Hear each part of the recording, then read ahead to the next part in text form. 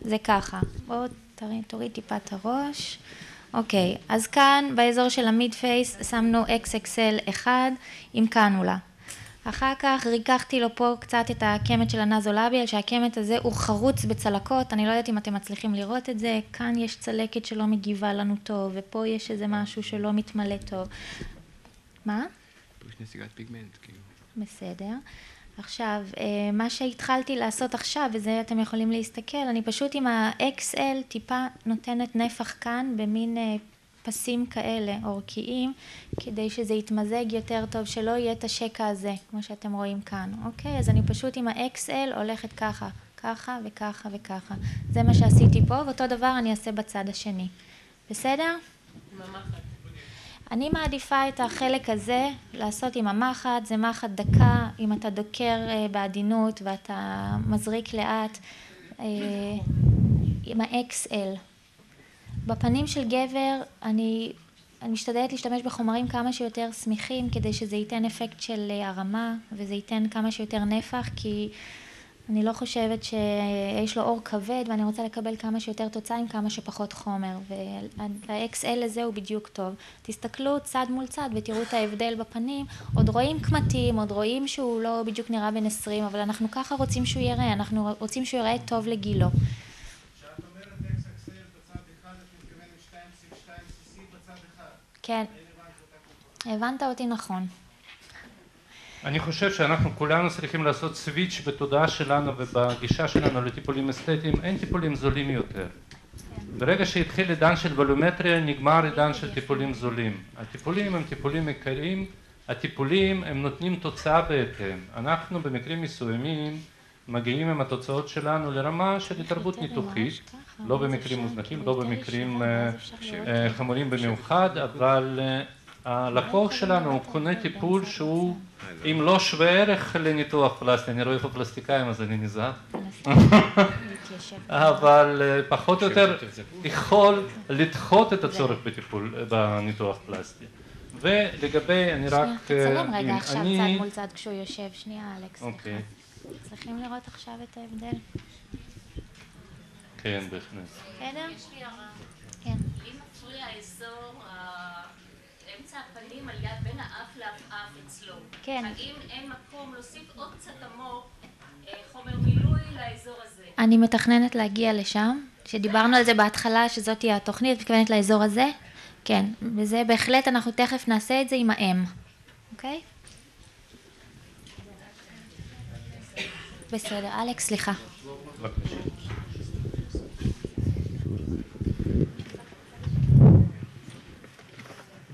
אנחנו חוזרים לרוקמה. אני הולך להתלבש עכשיו על האזור הזה שתכננו לטפל בו, כאשר אני אנסה מכניסה אחת לבצע את הטיפול עם סטילאז' אקסל באזור של מיד פייס ועם סטילאז' מדיום לעשות את הפרסה, לא חצי פרסה, ולעשות את הרקה מאותו נקב בדקירה.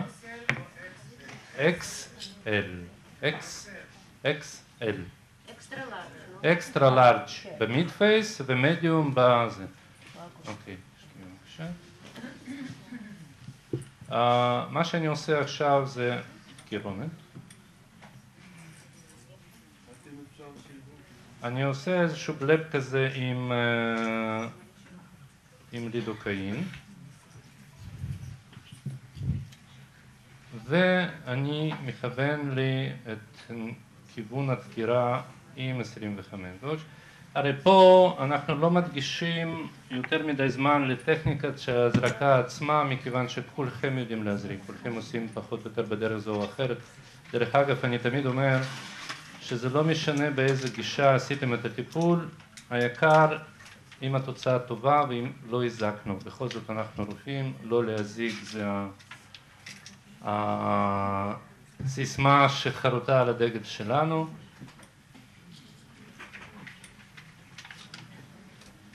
אחת המשימות, אחד האתגרים זה להיכנס,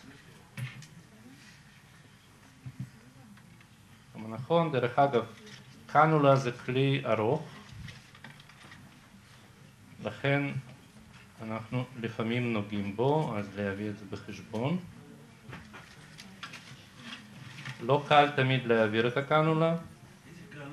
זה 25 גאודג'.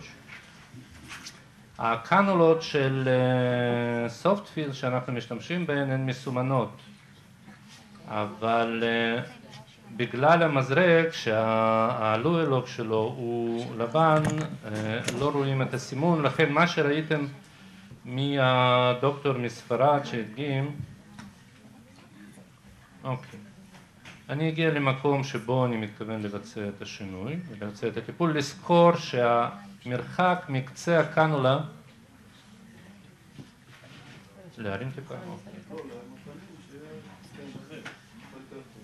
אוקיי, אני צריך לזכור שהמרחק בין טיפ הקנולה עד הנקב שדרכו יוצא את החומר זה כמה מילימטרים, את זה אני צריך להביא בחשבון, אני צריך לדחוף את הקנולה טיפה יותר ארוך, עברנו, ואז בצורה מאוד מאוד עדינה.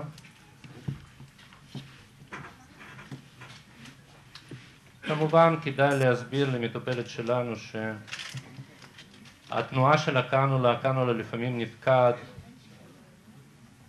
לכל מיני גבולות למיניהם, הידבקויות, כלים, סיבים, ולכן לפעמים מעבר של הקנולה הוא לא חלק במיוחד.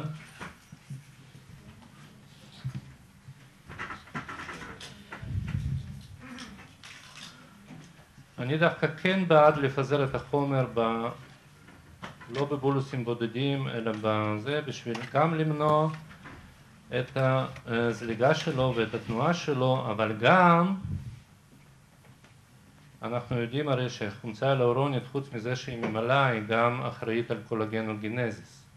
אם אני עשיתי הרבה תעלות ומילאתי אותן בחומצה ההיאלורונית, המחשבה שלי שבתעלות האלה, עקב הלחץ של חומצה ההיאלורונית על הסביבה, ייווצרו סיבי קולגן, אלה שתוך 3 חודשיים, 3 אחרי הטיפול יעשו את העבודה הסופית. לכן אנחנו לפעמים רואים תוצאות הרבה יותר טובות של מה שעשינו, חודשים אחרי שעשינו את הטיפול. אני מנסה פה לבנות מין וקטור כזה כמו, שוב, תורת הוקטורים של דוקטור כהן, אבל וקטור שלה הוא על פני השטח. אני מנסה זריקה אחת להיכנס לעומק עד העצם, והשנייה שטחית יותר, ואז הוקטור הזה הוא זה שימשוך את זה כלפינו. מה שכן, כמה ששטחי אני ככה יותר קל לראות את השינויים. אבל לזכור שאותו פט פט שהוא נמצא על העצם, זה פט שהוא לא זז, הוא לא צונח. לכן אם אנחנו מעגנים את המילוי שלנו אל אותו פט, ממלאים אותו, אנחנו מונעים את הצניחה גם בהמשך. דוקטור אקרמן, מה יש לך להגיד? סיימת? אני מחכה לצד שלי. אוקיי, אז אנחנו נעשה. כן, כן, אני בינתיים. אוקיי. רגע, אני מתלבטת אם לעמוד בזווית הזאת, השאלה אם אני אצליח להיכנס שם. רגע, אנחנו מנסים להתמקם. להזיז טיפה את ה... לא צריך להזיז כלום. אוקיי, מה שאנחנו נעשה עכשיו עוד פעם זה... תעלה לאן שנוח לך. רגע, נפלה הכרית. רגע, תניח. ככה מעולה.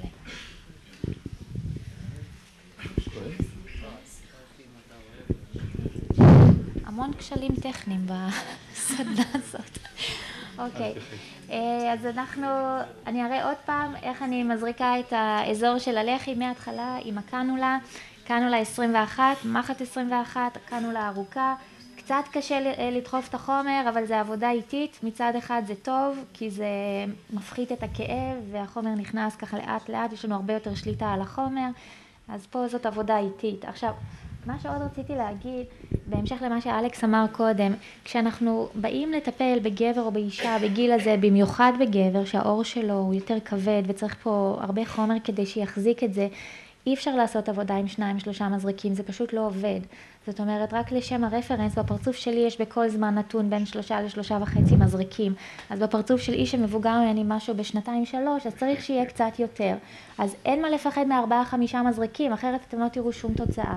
וזה גם משהו שאפשר למכור אותו בצורה, זה לא משהו שהוא בשמיים למכור. עכשיו נתחיל לעבוד. בסדר?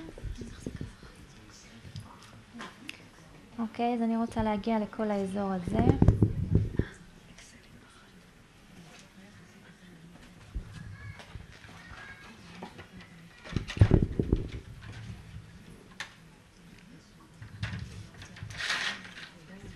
אפשר לקבל את המזרק שלי? תארי על זה.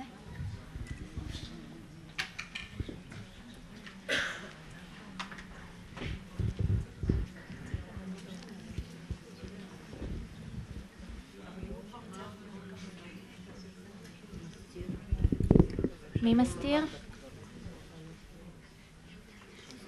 אוקיי.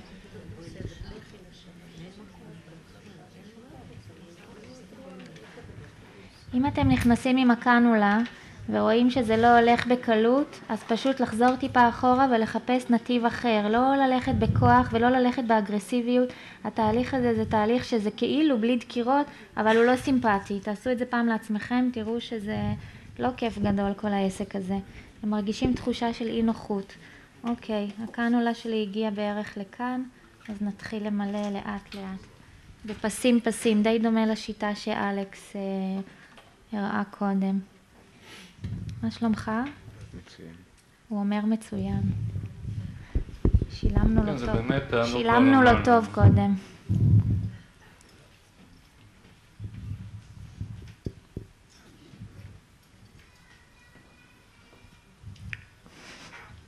אלכס, תגיד משהו. יש שקט בקהל. אנחנו יכולים ספר- לעזור בינתיים ספר איזה בדיחה. לרוחמה. אני פשוט רוצה להשלים פה את העבודה. אנחנו עשינו חיזוק מאוד מאוד יפה של אזור של עצם הלחי. אתם רואים מה קרה עם נזל אגרפול בצד הזה? אוקיי? עכשיו, מה שאני רוצה להשלים בישיבה את ה-fine-tuning האחרון, ואת הסיפור הזה אני מעדיף לעשות עם מחט פשוט במאונח, נכון? ולהשלים את העבודה כאן, רואים?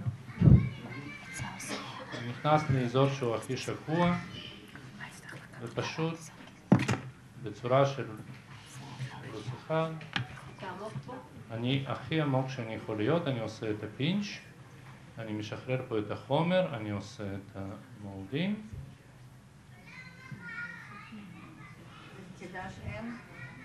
זה עדיין אקסל.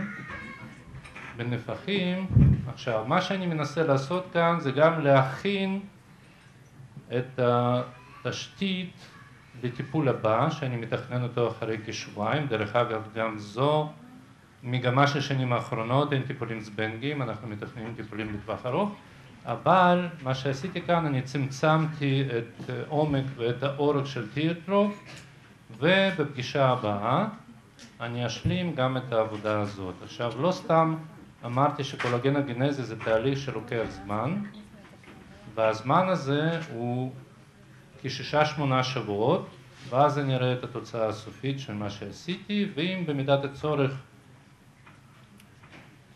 אצטרך לעשות איזשהו תיקון, זה הזמן לעשות אותו. אוקיי. עכשיו, רוחמה גם ביקשה טיפה לטפל בקמת, לא, זה הליפס, אוקיי. אני אשתמש גם בליפס, כי הסמיכות שלו ממש מתאימה, חייכי עוד שם. ותוך חיוך אני פשוט אנסה למלא... אפשר לסובב לה את הראש? בבקשה. זה הקמת שמפריע לה. עכשיו, מאוד מאוד לא קל לטפל בקמטים האלה, מכיוון שהם בתוך החיוך. זאת אומרת, אם מגזימים עם החומר,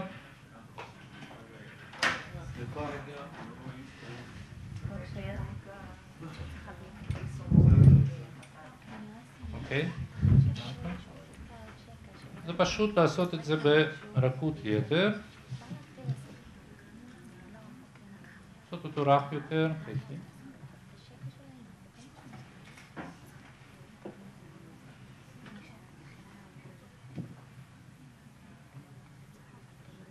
אני בונה מין מניפה כזאת בפנים בשביל לתת נפח לאזור הזה. כאמור אי אפשר להעלים אותו, אבל אפשר לטשטש אותו. אל תחליט.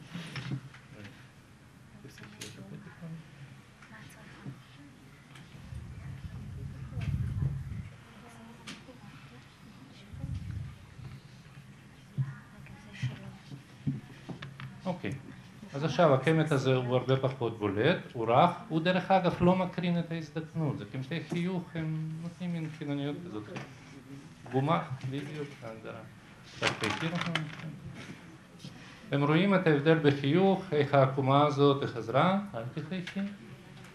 הנזולביאל פולד הרבה פחות בולט, הטיר טרוף לעומת צד השני הוא קצר יותר ובולט פחות, ההשלמה היא תיקח מעט מאוד חומר ומעט מאוד זמן, ונתקדם טיפונת לרקה ונסיים. אתה יכול רק לחזור שוב, איפה מילאת כאן, להראות על הלחי שלה, מה מילאת ואיך? אני נכנסתי, הוקטור שאני מנסה לשמור זה הוקטור הנשי, הוקטור המורם יותר, כי אני מסיים את הטיפול שלי בבלטות של עצם הלחי, כי אלה אותם המאפיינים שעושים אישה יותר מושכת, יותר סקסית, אם מותר. אוקיי, לכן גם לכיוון הזה גם מתבצע בסופו של הליפטינג, אבל כשאני מתחשב אחר כך לווקטור הבא, אני מדבר גם על הרקה, שתכף נראה מה זה יעשה למראה הפנים, נוצר כלל נשים שנראות אותו דבר. סליחה? נוצר קלונים של נשים שנראות אותו דבר. זה ממש לא... כולן מושכות, אבל... זה ממש לא הייתה הכוונה, כי יש לחי ויש לחי, ולא סתם הבאתי שם 29 יפות, כי הן שונות. את מזהה את כולן כמעט, אני לא מכיר את כולן. אבל תשקיעו את זה שם. דוקטור אקרמן, מה המצב? כן, עכשיו. כן. מורה, תתיישב תשע. אוקיי, אז חזרתם אלינו.